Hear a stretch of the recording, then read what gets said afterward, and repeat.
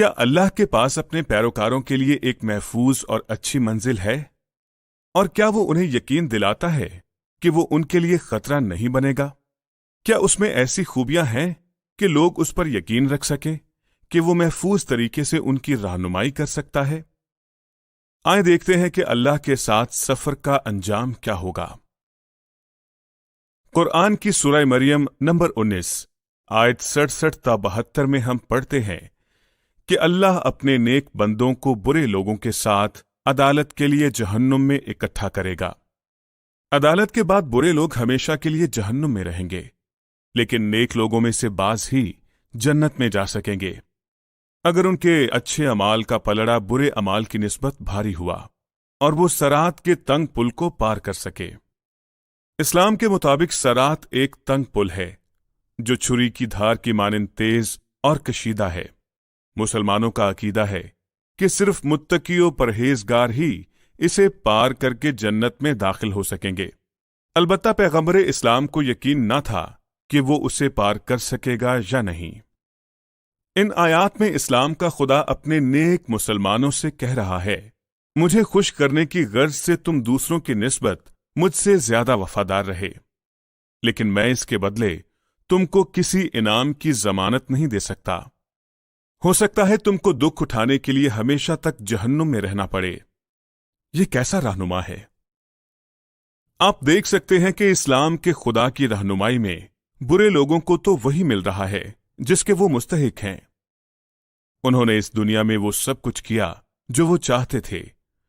وہ جانتے تھے کہ وہ جہنم کے مستحق ہیں، اور اب اللہ انہیں جہنم میں لے جاتا ہے۔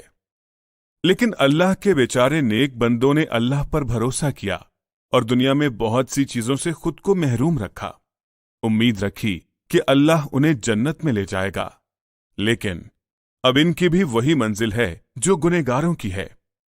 کیا بات ہے! لہذا قرآن کا پیغام برے لوگوں کے بارے میں واضح ہے۔ ان کے لیے اچھی خبر نہیں ہے، وہ جہنم میں رہیں گے۔ لیکن اس میں نیک مسلمانوں کے لیے بھی کوئی اچھی خبر نہیں ہے۔ ہو سکتا ہے وہ بھی جہنم میں ہی رہیں۔ اس میں کوئی شک نہیں کہ اللہ ان لوگوں کا دشمن ہے جو اسلام کی پیروی نہیں کرتے، لیکن ان آیات کے مطابق اس کا اپنے نیک مسلمانوں کے ساتھ بھی کوئی اچھا سلوک نظر نہیں آتا۔ اس کا سلوک نیک مسلمانوں کے خلاف ایک دشمن جیسا ہے۔ وہ قرآن کی ہر سورت کے آغاز میں خود کو کریم و رحیم کہتا ہے، لیکن اپنے نیک مسلمانوں کو عدالت سے قبل جہنم لے جا کر ان کو تکلیف پہنچاتا ہے۔ خود کو رحیم و کریم کہنے والا خدا نیک و بد سے کیوں کر ایک سا سلوک کرے گا؟ قرآن میں رحم کی تعریف یہ ہے کیا؟ اگر اللہ کی رحمت ایک نیک مسلمان کو جہنم کی دہشت سے نہیں بچا سکتی، تو پھر سوائے اس کے کہ اللہ کی رحمت دھوکے باز اور ظالم ہے، اور کیا نتیجہ اخذ کیا جا سکتا ہے؟ یہ اللہ کی گمراہ کن قیادت کی ایک واضح مثال ہے۔ کیا ایک سچے خدا کو اپنے راست باز لوگوں کو سیدھا جنت میں نہیں لے جانا چاہیے؟ جی ہاں، سچا خدا ایسا ہی کرتا ہے، بائبل کا خدا ایسا کرتا ہے، لیکن اسلام کا خدا ایسا نہیں کرتا، کیونکہ وہ سچا خدا ہے ہی نہیں۔ کوئی مسلمان کتنا ہی اچھا کیوں نہ ہو، اسلام کا خدا عدالت سے قبل اسے خوفناک جگہ یعنی دوزخ میں رکھے گا، اور ممکن ہے کہ عدالت کے بعد بھی اس کو ہمیشہ کے لیے دوزخ میں ہی رہنا پڑے۔ قرآن کہتا ہے کہ جنت میں داخلہ غیر یقینی ہے۔ سورہ لقمان نمبر 31 آیت 34 میں لکھا ہے، اللہ کو ہی قیامت کا علم ہے، کوئی جان نہیں جانتی کہ کل کیا کمائے گی۔ دوسرے الفاظ میں اسلام کا خدا جانتا ہے کہ کون سا راست باز جہنم میں رہے گا، لیکن اس نے کبھی بھی یہ راز کسی پر نہیں کھولا، یہاں تک کہ محمد پر بھی نہیں۔ اس نے اپنے تمام نیک لوگوں کو بے یقینی کی حالت میں رکھا ہے۔ کیا آپ اسلام کے خدا کی راہبری پر حیران نہیں ہیں؟ وہ آپ کو اپنی پیروی کرنے کا حکم دیتا ہے، پر آپ نہیں جانتے کہ وہ آپ کو کہاں لے جا رہا ہے۔ کیا آپ کسی ایسے شخص کی پیروی کرتے ہیں جو اپنے مقصد کو ایک راز بنائے رکھتا ہے اور آپ کو بتاتا ہی نہیں کہ وہ آپ کو کہاں لے جا رہا ہے؟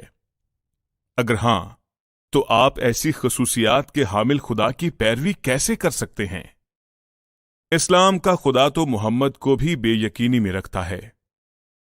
سورہ الاحقاف نمبر 46 کی آیت نمبر 9 میں محمد کہتا ہے، میں نہیں جانتا کہ میرے ساتھ کیا سلوک کیا جائے گا اور تمہارے ساتھ کیا۔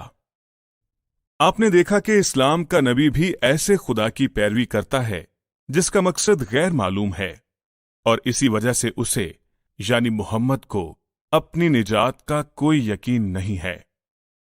کیا یہ دکھ کی بات نہیں کہ نہ تو محمد اور نہ ہی کوئی نیک مسلمان جانتا تھا کہ وہ کہاں جا رہے تھے، لیکن انہوں نے دوسروں کو بھی مجبور کیا کہ وہ ایک نامعلوم مستقبل کے لیے ان کی پیروی کریں۔ انہوں نے بہت سے لوگوں کو ان کی پیروی نہ کرنے پر قتل بھی کیا۔ اس سے بھی زیادہ افسوس کی بات یہ ہے کہ محمد اللہ کی رہنمائی کی اس بے یقینی کو بشارت کہتا ہے۔